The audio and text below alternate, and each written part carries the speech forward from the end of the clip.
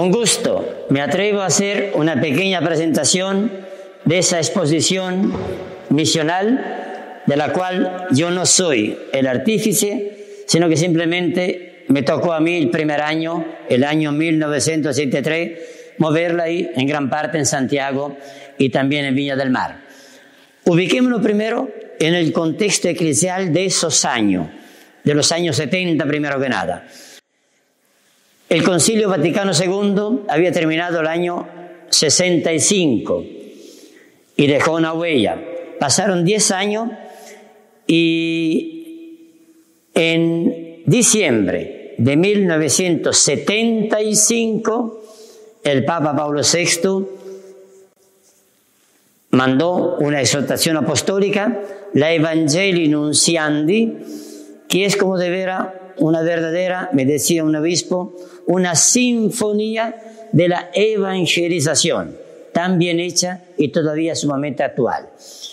Y en América Latina, en el mes de enero 79, se había hecho la conferencia episcopal de Puebla, donde se juntaron obispos de toda Sudamérica acá, y pocos meses antes había sido elegido Papa Juan Pablo II, octubre del año 78. Bueno, en ese ambiente postconciliar y después también después de la Evangelii Nunciandi, acá desde América Latina en general y Chile en particular, era todavía una iglesia, no sé cómo decirlo, casi solamente receptiva, exagerando un poco la imagen, es decir, una iglesia que solamente recibía personal de afuera, ayuda económica de afuera, inspiraciones de afuera, etc.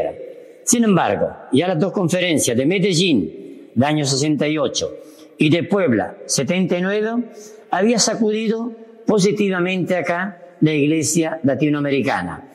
Y concretamente, acá, en América Latina, está el 40% de los católicos del mundo. Casi la mitad de los católicos del mundo están en América Latina. Y era todavía una iglesia casi solamente receptiva.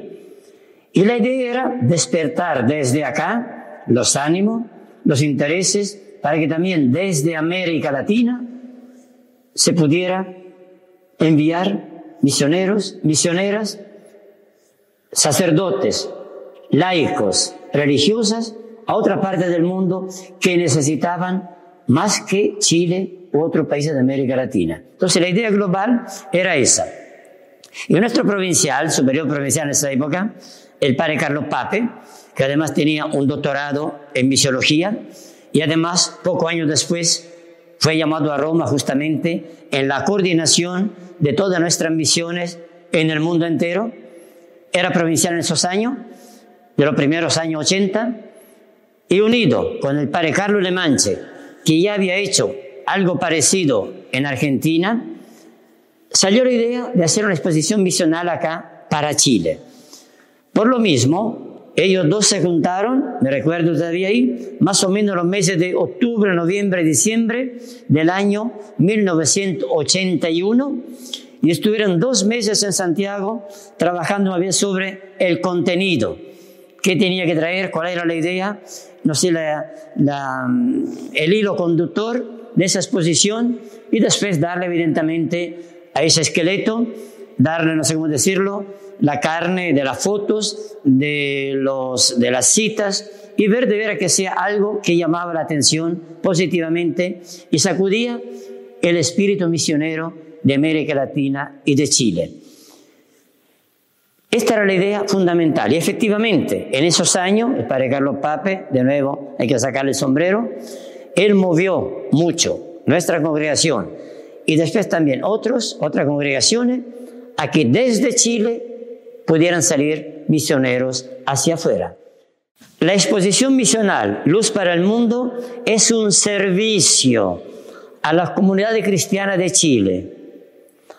Aquí se muestra cómo el Espíritu del Señor está haciendo surgir la iglesia en todos los continentes. Desde todos los continentes pueden surgir iglesias jóvenes que ayuden a otras.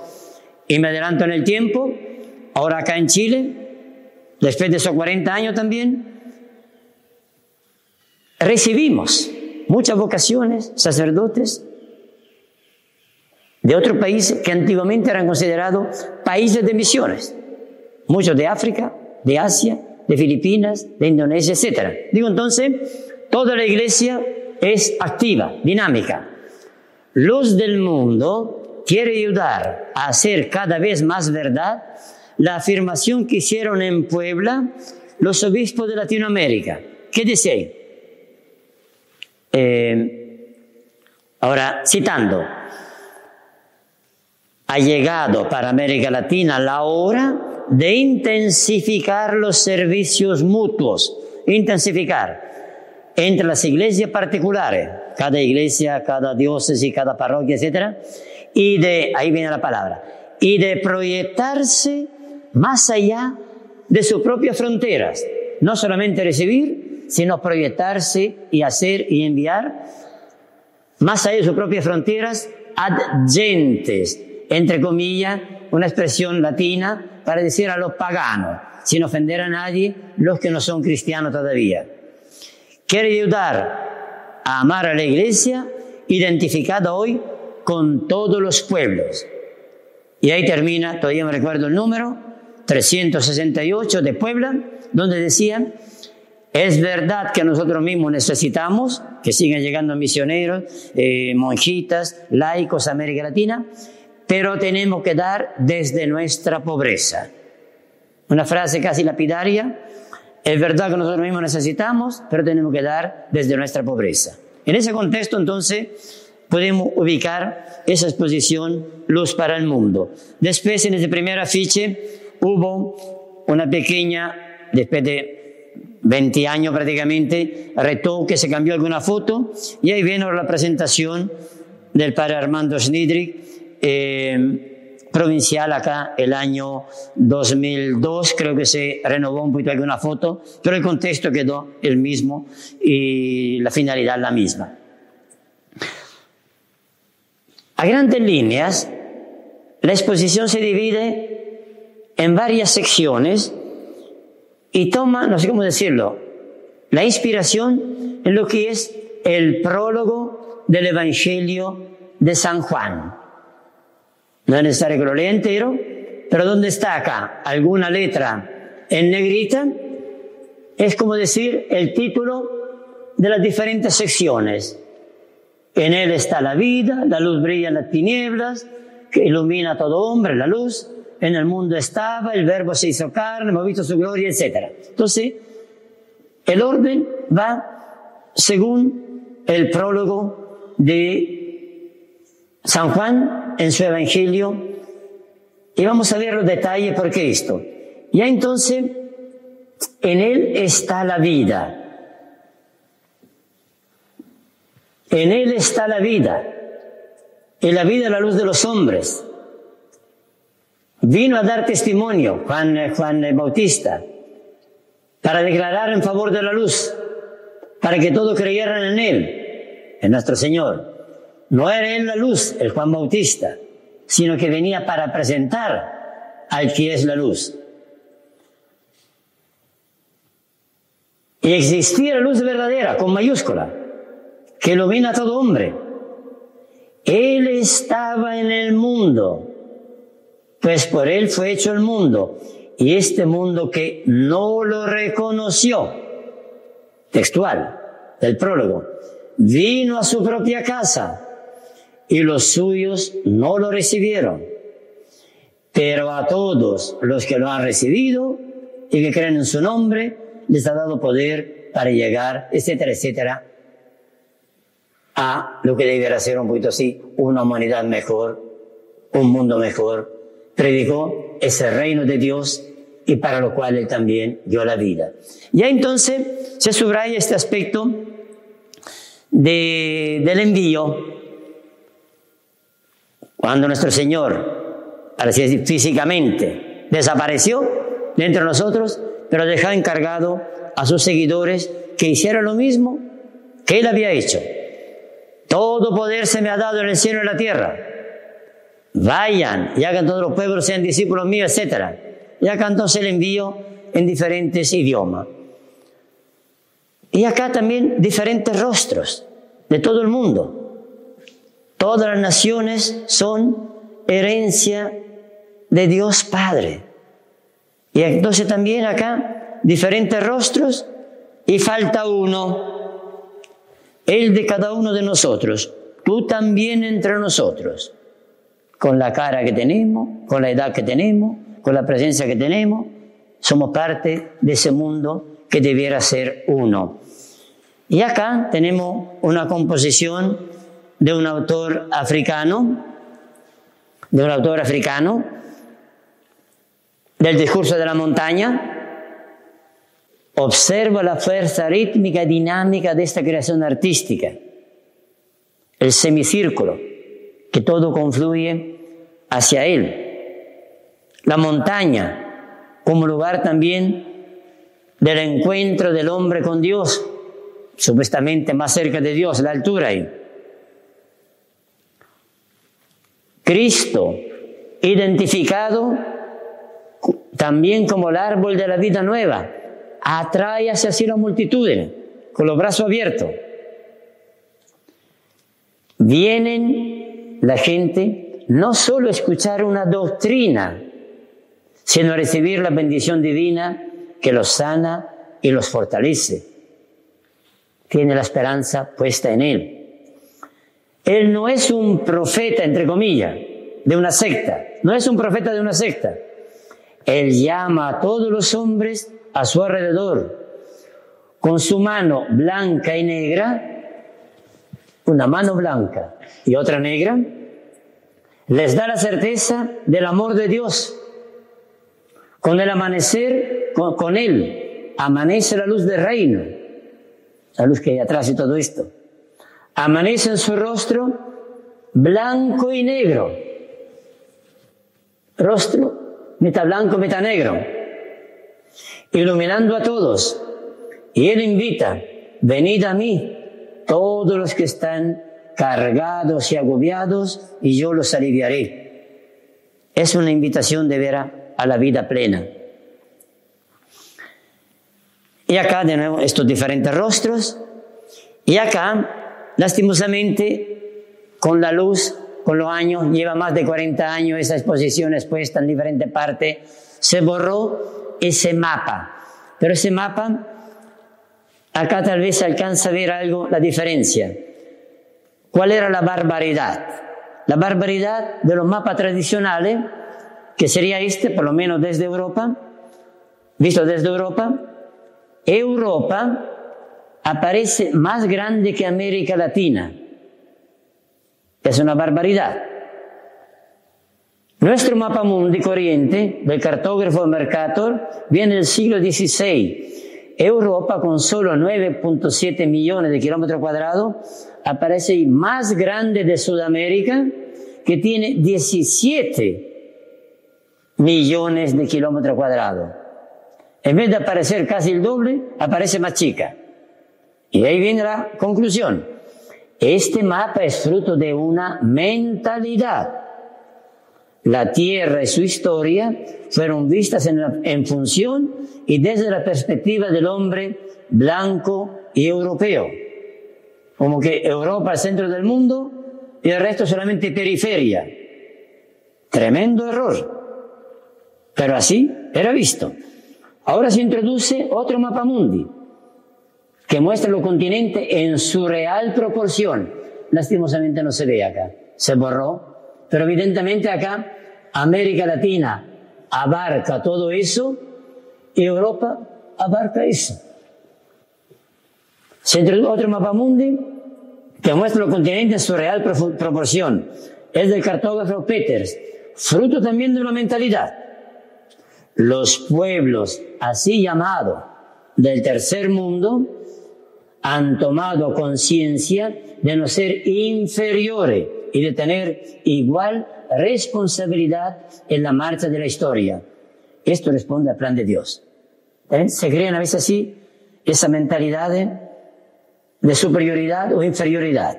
Hoy en día sabemos que ya no es Europa el centro del mundo como se consideraba desde Europa.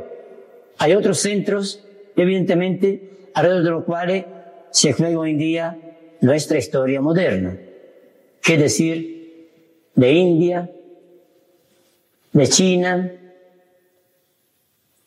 de África tomada como continente? Evidentemente que Europa sigue siendo importante, pero ya no es el centro del mundo como se creían, y yo soy europeo, desde allá. Ya esa historia terminó. Bonito también esa visión así global de la historia humana.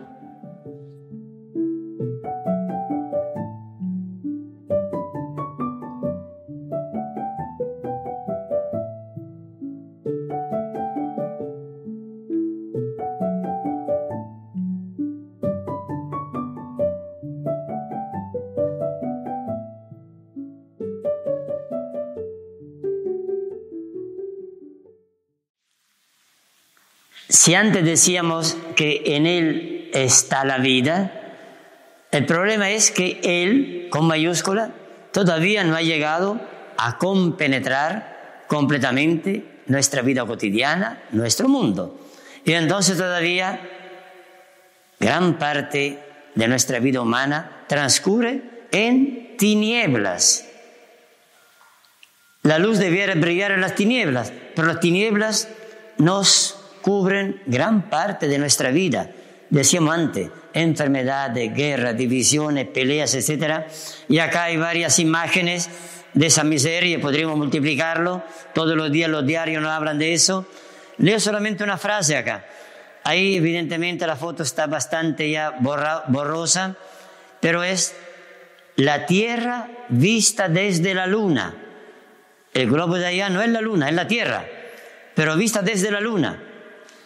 Y ahí dice, el hombre ha cruzado la barrera que separaba la Tierra del resto del universo. Ha llegado a la Luna y sin embargo no ha logrado encontrar una salida para los problemas del planeta que recibió de manos del Creador. Y ahí estamos entonces con esa misión de que esta luz brille y haga desaparecer las tinieblas. Misión de la Iglesia. Acá vemos entonces que la Iglesia está o tiene que estar, como lo estuvo nuestro Señor, en solidaridad con toda la existencia del hombre, que estamos limitados por debilidades, por frustraciones, los sentimientos y la muerte, los sufrimientos y la muerte. Y entonces la acción de la Iglesia tiene que llegar a transformar la condición humana. Una transformación que pase de ambientes de muerte a la vida, del mal a la plenitud de la existencia. Entonces, tenemos que hablarle a pueblos que están empeñados con todas sus energías en el esfuerzo, en la lucha por superar todo aquello que los condena a veces a quedar al margen de la vida. Las hambres, enfermedades, analfabetismo, miseria, injusticia en las relaciones internacionales y especialmente en los intercambios comerciales, situaciones de neocolonialismo económico-cultural. La Iglesia tiene el deber de anunciar la liberación de millones de seres humanos, el deber de ayudar a que nazca esta liberación, de dar testimonio de la misma, de hacer que sea total. Es de la Evangelii Nuntiandi de Pablo VI, del 8 de diciembre de 1975, 10 años después de haber cerrado el Concilio Vaticano II. Qué llamado tan importante para la Iglesia a cumplir con esta función en construcción de lo que llamamos el reino de Dios.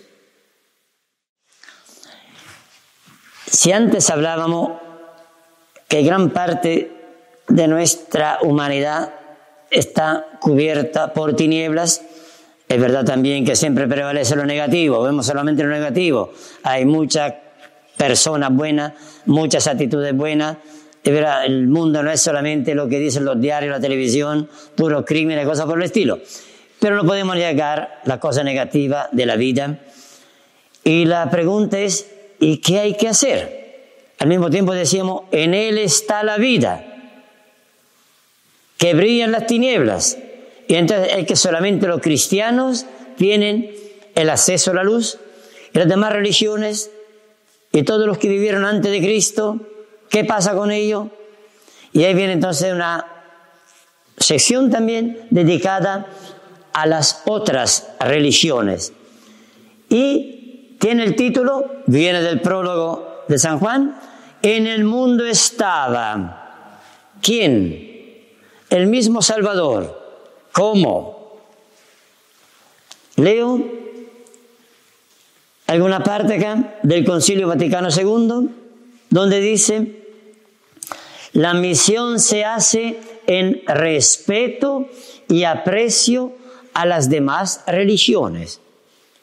En muchos momentos, en muchas situaciones, a veces se pensó siempre que primero hay que hacer tabula rasa con todo el resto, botar todo, y ahí algo completamente nuevo.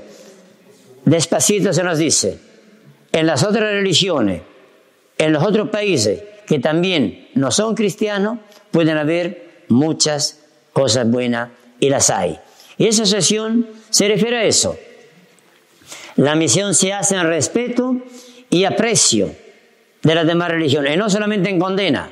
Evidentemente que hay que mejorar lo que hay que mejorar, igual que la Iglesia Católica, mejorar lo que hay que mejorar, pero no podemos echar todo en el mismo saco y decir que todo está malo. Y acá viene, la misión de la Iglesia quiere promover la unidad y el entendimiento de todos los pueblos.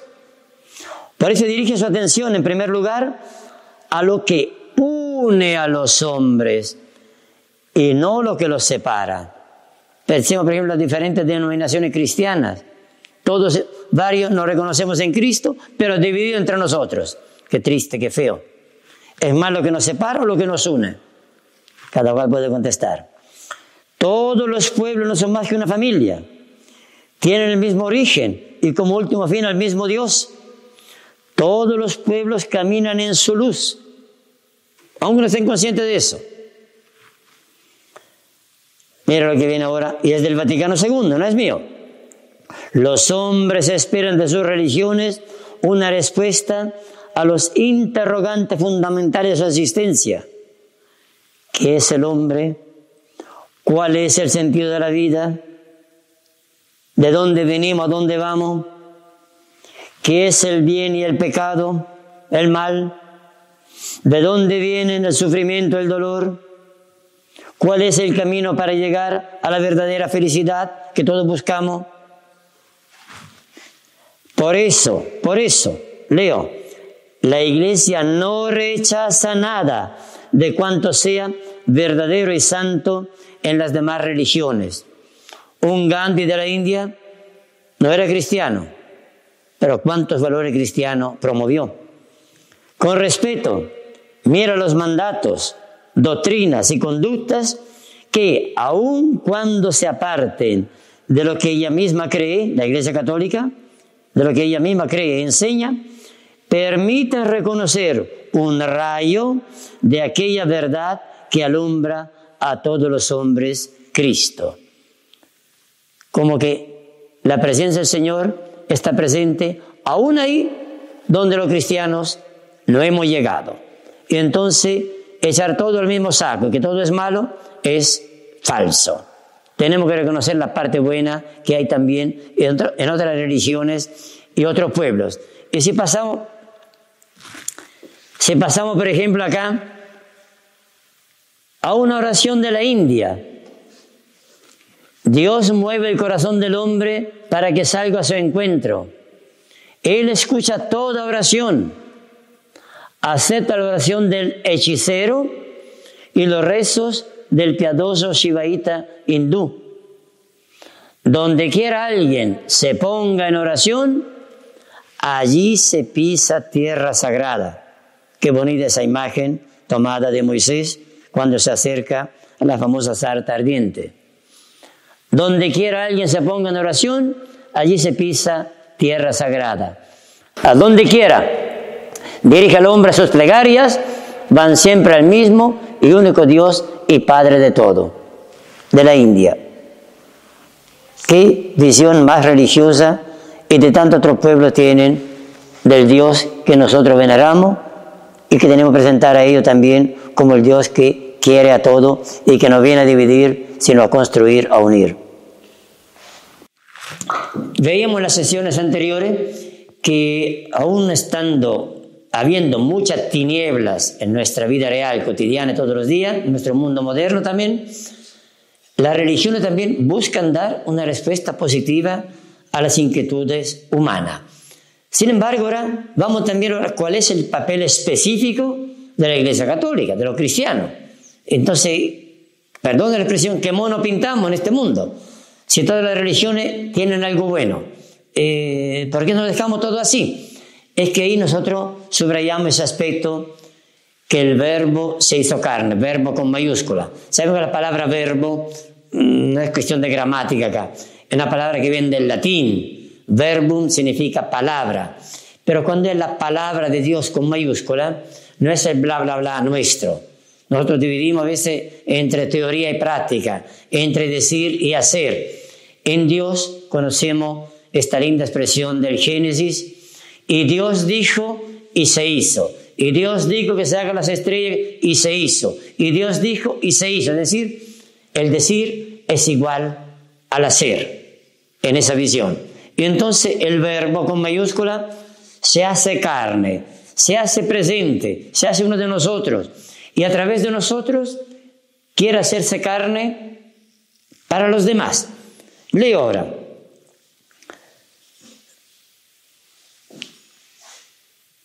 Todas las religiones son buenas, pero no todas pueden responder las preguntas: ¿cuál es el rostro de Dios? ¿Cuál su voluntad? ¿Qué piensa Él de los hombres y de su suerte? Cristo es la respuesta. Tenemos entonces algo nosotros. Sin Él los hombres buscan a Dios a tientas y en las sombras. Ser cristiano es aceptar y vivir esta respuesta. ¿Saben qué? Están buscando, nosotros podemos darle una indicación. Escuché una vez a alguien que me dijo: los cristianos, también los demás, andamos a tientas, buscando. Pero me decía, casi como dos mendigos ahí que tienen hambre. Pero uno tiene un poquito el olfato, tal vez, no sé si más refinado que yo. Oye, parece que por allá sale olor a pan, vamos por allá. Ya sería una gran misión esa de los cristianos si emanaran ese perfume a pan. Cristo trae una misión universal. Quiere sacar a los pueblos de su dispersión y traerlos a la unidad en una sola familia, la iglesia. Nosotros somos la iglesia. No solamente las autoridades, para así llamarla. La venida de Cristo nos ha alcanzado. Se trata de fe acá. Y su vida ya transforma la nuestra. De eso se trata. Si de veras nos dejamos transformar, entonces también seremos capaces de transformar a otros. Y su vida ya transforma la nuestra por la acción de los sacramentos. Vamos a ver entonces en esa sesión la función de los sacramentos. Por medio de nosotros, Él debe llegar a todos los demás, a los que están cerca y a los que están lejos. ¿Cómo? A través de nosotros. Ya no es, ahora sí tampoco, el proselitismo, como siempre se pensaba a veces, obliga a entrar a todos. No.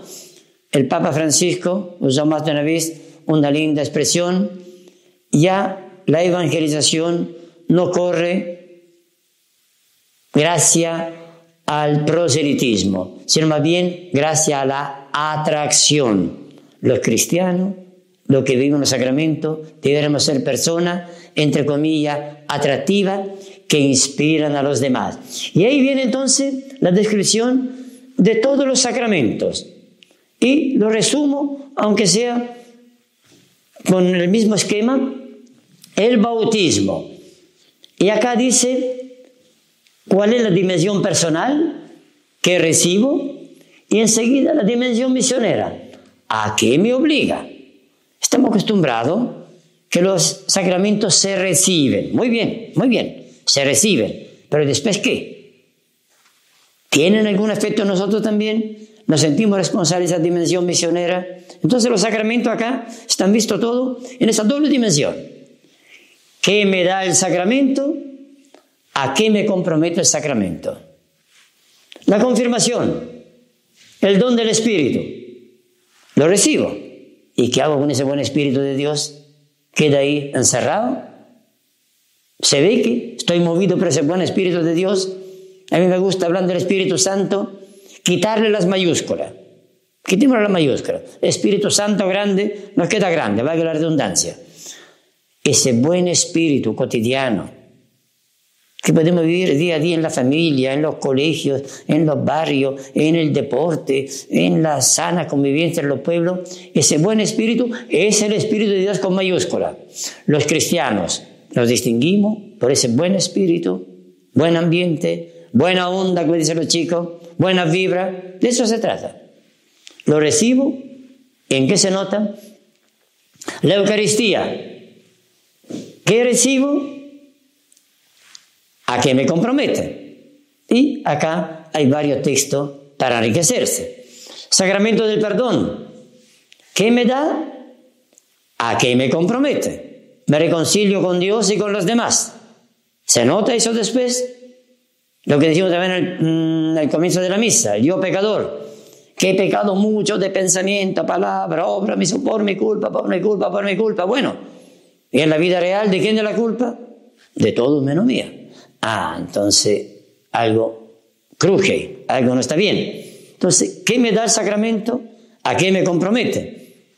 Hay varios escritos ahí. Un Via Crucis de Zaire, muy bonito entallado, es original, no es pintura ni nada, original. El sacramento del orden. ¿A qué me da? ¿A qué me compromete? Mira, leo, aunque sea papel de todo, sean laicos, curitas o monjitas, jóvenes o ancianos, o qué sé yo, todos somos indispensables para una verdadera evangelización. Cristo no tiene otras manos que las nuestras para proseguir hoy su trabajo. No tiene otros pies que los nuestros para buscar a los hombres a su camino. Cristo no tiene labios sino los nuestros para anunciar al mundo la Pascua que sale de nuestra boca. No tiene otra ayuda sino la nuestra para atraer a su lado a los errantes, decimos a través de la atracción. Somos la única Biblia que aún entiende la gente, es decir, una Biblia escrita por mi vida, por nosotros mismos, no solamente por los textos. Somos la buena noticia para los pecadores, ¿lo somos? Entonces, el sacramento, ¿qué me da? ¿Qué debiera causar en mí positivamente y qué perciben los demás? Somos la confesión de fe para los escépticos.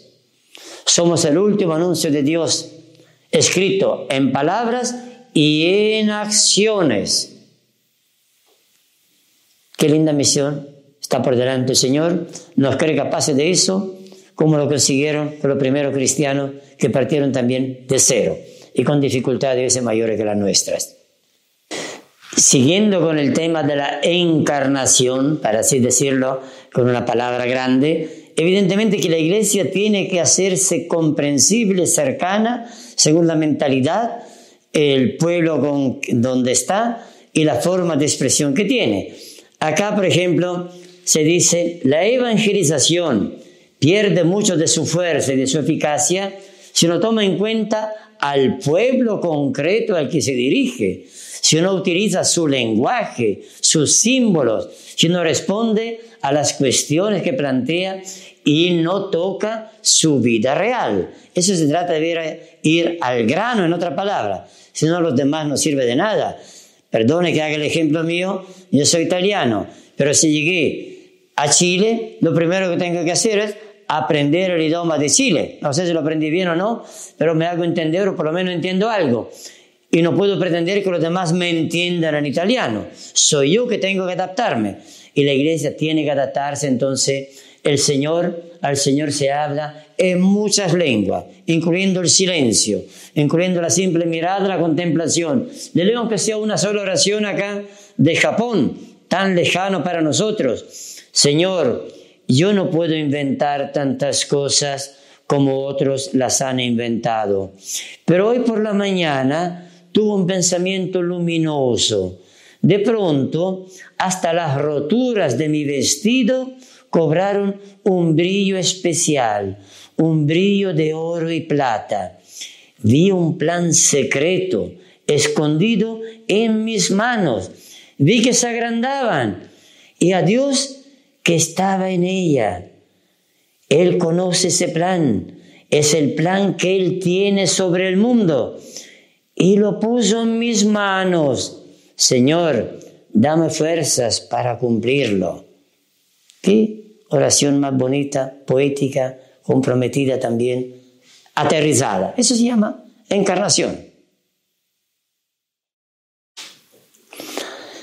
Veíamos la parte de los sacramentos también, ese doble aspecto, qué me da el sacramento, cada uno de ellos, y a qué me compromete, a qué me obliga. Y después ahora queremos ver también, en lo concreto, de qué forma, cuáles son también las ayudas, los instrumentos que tenemos que tener presente en la evangelización. Y acá vemos que los diferentes paneles dicen, misión es, por ejemplo, promover al hombre y su desarrollo.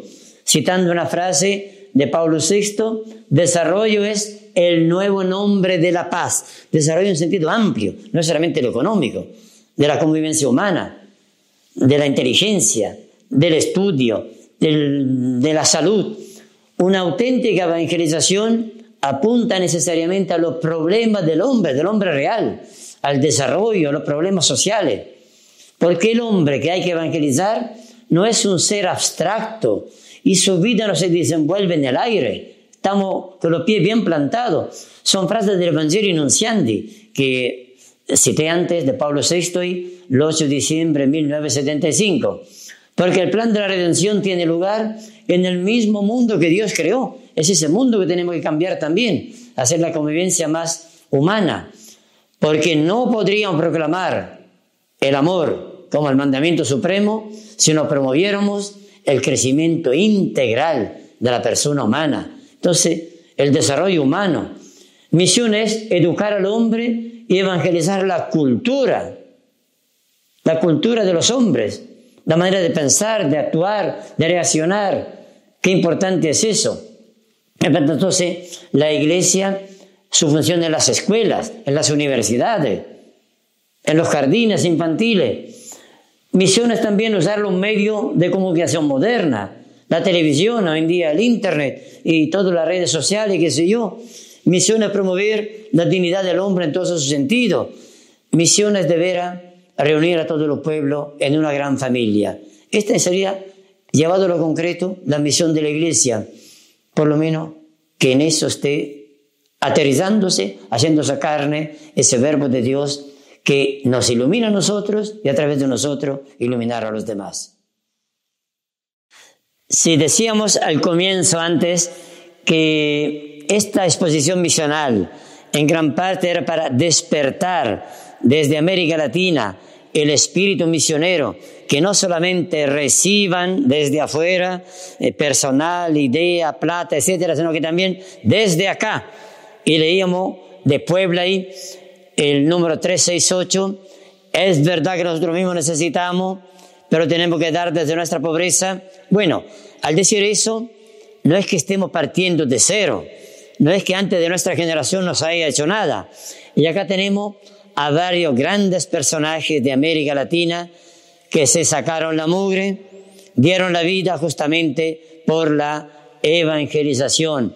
Se mencionan algunos acá, entre ellos, por ejemplo, a San Alberto Hurtado, también un gran misionero acá en Chile con todo lo que hizo. Pero anteriores a él, por ejemplo, un Bartolomé de la Casa, fallecido 1566, calumniado como fanático, ensalzado como un santo, un irreducible, digamos, para los derechos humanos, convertido a la causa de los derechos humanos. Viajó cuántas veces a España polemizando y escribiendo en favor de los indios. Se le acusó de político, de idealista, de poco exacto. Pero la gran obra que él hizo, San Pedro Claver, esclavo de los esclavos, creyó en la dignidad del hombre y sobre todo de esa persona esclavo acarreado como animales desde varios países de África, etc., y simplemente despreciado como seres humanos. Roque González de Santa Cruz, muerto en 1628, artífice de las famosas reducciones jesuíticas al norte de Argentina, en Paraguay. Eran pequeñas islas de veras de salvación ahí para tanta gente. Los que han visto la película La Misión se refiere a ese ambiente que vivió Roque González, donde buscaban hacer todo lo que hicieron. José de Anchieta, apóstol de Brasil, etc. Con nuestra generación no es el año cero. Antes de nosotros hubo grandes personajes que dieron mucho, dieron la vida por la evangelización de América Latina y que nosotros seamos capaces por lo menos de proyectarla, prolongarla en el tiempo.